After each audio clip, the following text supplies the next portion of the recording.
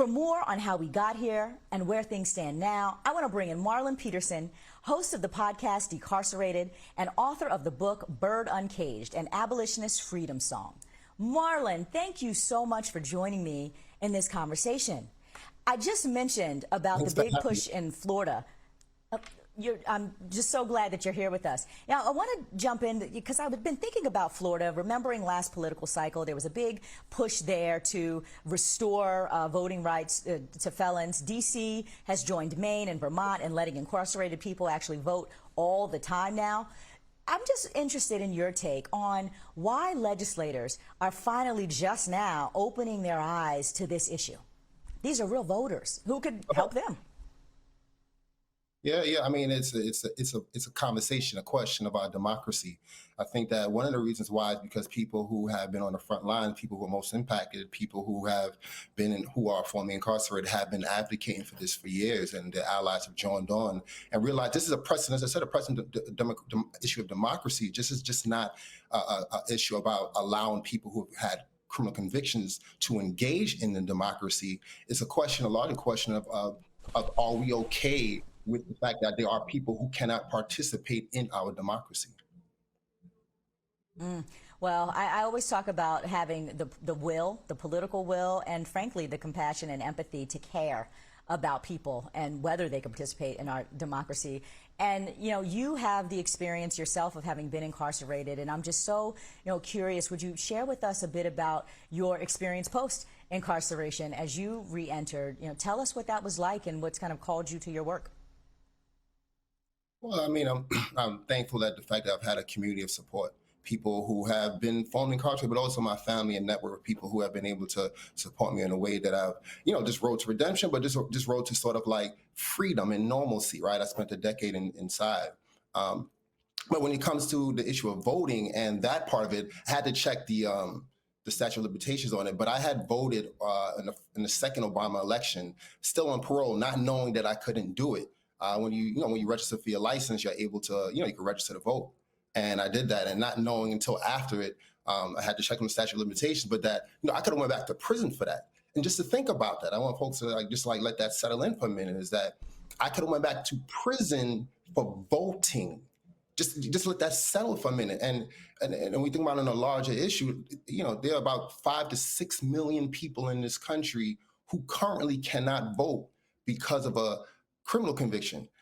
That's the equivalent of about 6 states, including DC, right? 5 to 6 million people are the equivalent of 6 states, including the District of Columbia, who we are disallowing from engaging in the vote. And the thing about the vote is that we think about, the national elections, the presidential elections, obviously, and we think about our larger gubernatorial elections, but these are local races that folks can engage in, who determines who on their school board, where their children go. We somehow have been able to sort of have this cognitive dissonance where we believe there's some people who somehow are just have no relationship to society other than their own personal relationship to society. People who are formerly incarcerated are mothers and fathers and daughters and partners, right? And taxpayers, right? And taxpayers. And I mean, for those folks, for us to have to fight to engage in the democracy in which impacts us and impacts our children, our parents who may be in nursing homes, all these different type of things, the healthcare that our people get in our communities. We got to really just think, as I say, go back to what I had said before, is that we got to sort of question that in this democracy, how is it that we are okay with the fact that there are some people in our nation who don't get to participate in the community? Oh, dude, and I'm so glad that you brought up this idea of being criminalized for actually trying to vote when you didn't know that you couldn't. Literally a couple of months ago, this just came up in Texas, where you have a Texas prosecutor that, kind of went backwards and filed charges against a man who's a senior citizen who had went and voted in the last election thinking, oh yeah, I'm going to go vote because that's what I should do. And he'd been incarcerated like a decade prior. And in this witch hunt around voting rights of trying to come up with some fake voter fraud, you had this man be prosecuted because he technically frankly, wasn't allowed to vote and didn't know it. And he just went to try to participate and exercise, you know, what he thought was his democratic right. And now you got an entire, you know, political party, frankly, that in order to justify voter suppression against black people, want to use him as an example of, see, how did he cheat? He was in jail. He shouldn't have voted. I mean, the whole thing is just really a part of the hyper-criminalization, I believe, in this country that we have. It's just crazy. But anyway, this is a redemption story. This is all about redemption. So I would love for you to just, you know, in the 30 seconds we have left, just tell us, what should we be doing to support people who are returning from prison?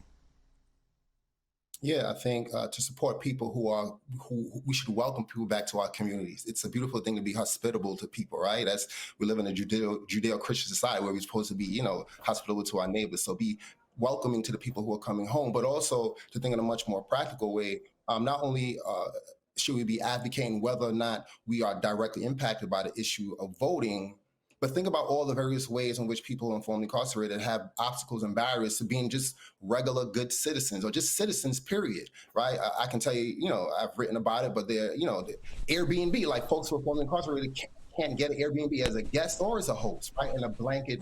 So, I mean, there's so many ways, and the more I sort of like navigate in society, I uncover another barrier and another barrier.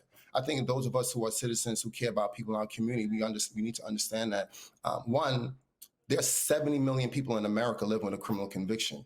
70 million people who are living with a criminal conviction. Those are people who are not in prison. That could be any of us. That could be any of our friends, neighbors, community members. I want us to take into consideration that we are talking about each other. You know, when you put it that way, we're reminded that so many people do touch the system. And there's only a certain amount of us that we're trying to continue to box out of society. Marlon Peterson, thank you so much for joining me. Appreciate your insights. Thanks for joining Amplify.